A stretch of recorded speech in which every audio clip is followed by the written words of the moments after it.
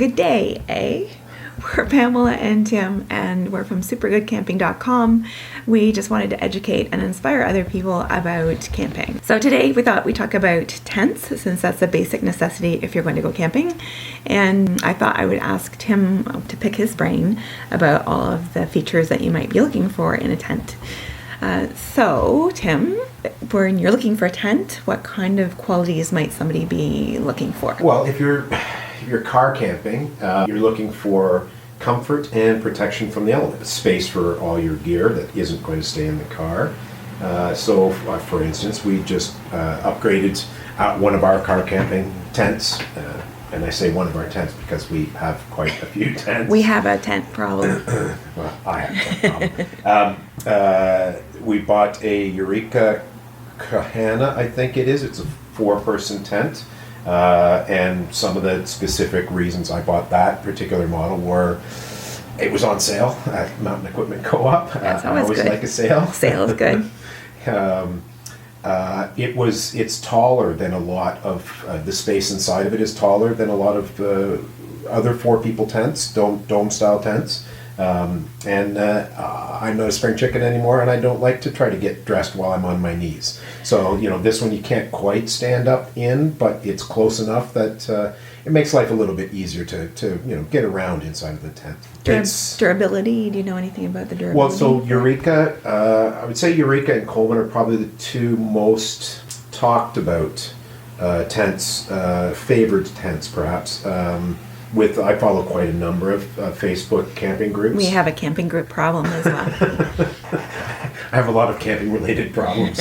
and I would say probably as far as recommendations go, Eureka and Coleman are the two most recommended. I personally don't. This is our first Eureka tent. I've had a number of Coleman tents that have taken a boatload of abuse and have survived quite surprisingly. I'm looking forward to trying this one out. It's got a very interesting design for the pull system for the flies in particular. I'm pretty sure most people know what a dome tent is. That description covers it.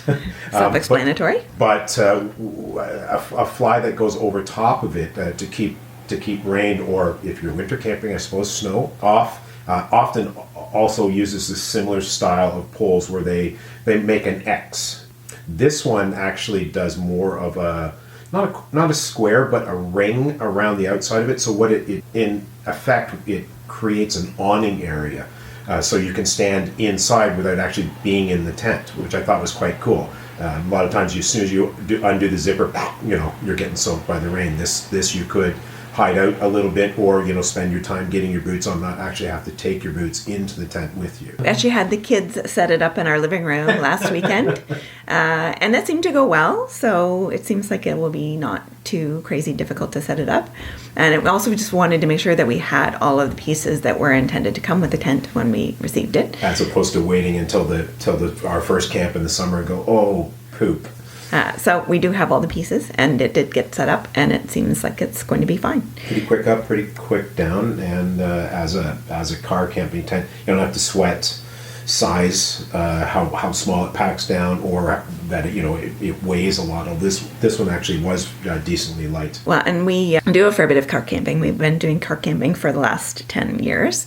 Tim we have also endeavored to do some backcountry camping. We thought we'd start out talking about car camping first, just because it's a bit more accessible for most people. So we also thought we'd mention just our adventures in car camping, some of the provincial parks that we've enjoyed, and some of the things that we liked about them, some of the things maybe we didn't like about them. So one of our first car camping trips was to Sibbald Point Provincial Park, which is located on Lake Simcoe, which is kind of an interesting park just because there's some history behind it. It's located near Sutton, Ontario. It's on the south shores of Lake Simcoe. It's about 70 kilometers north of Toronto, so it's easily accessible from Toronto. Sibbald Point has nice sandy beaches. It's got shaded campsites. Two of the major things was that it was owned by the Sibbald family during the 19th century. The family home was purchased by Susan Sibbald in 1835, and then the park was donated to the province. Inside the park, there's a structure called Iden Hall, which was named after the family estate, which was in Scotland. now it serves as a museum. So we quite enjoyed the Sibbald Memorial Museum. And some of the activities that the kids did at the park. So one of the things that we recall was the kids made tie-dye t-shirts the first time that we went to Sibbald Point, which was kind of cool that they made it with natural kind of dyes. And we just happened to have a couple of little grubby white t-shirts with us that sort of fit the bill as far as using them to make tie-dye t-shirts. And then other things that we enjoyed. So the park rangers often run programs for kids for just, interactive stuff, so they get to learn about the particular park, etc. But also environmental things, which we're both big fans of. So they did a bottle cap collecting contest where everybody went around and picked up. It seemed to be largely the plastic, clear or white water bottle caps. I can't remember the exact numbers, but it was a ridiculous amount of caps that the kids picked up over the course of the few days that we were there. It was saddening, really would be the right word. But it was great. It's a good way to A, get the park cleaned up, and B, teach kids about, holy crap, look at all the plastic around us, right? Yeah, all the garbage that we as human beings generate, which it was great to have that cleaned up for sure. And the fact that we had hundreds of them, I think, and whoever won beat us. So yeah, it was something crazy, like 216 of them or something like that. Oh my God. And all the kids were getting numbers that weren't too far south of that. So if there's all these kids picking up hundreds of caps, oh my goodness, there's thousands of them there. That's just nuts. That's sad. Yeah. So the other things that we enjoyed there, they taught the kids some sort of pioneer games, so games that kids their age would have played, in the 1800s.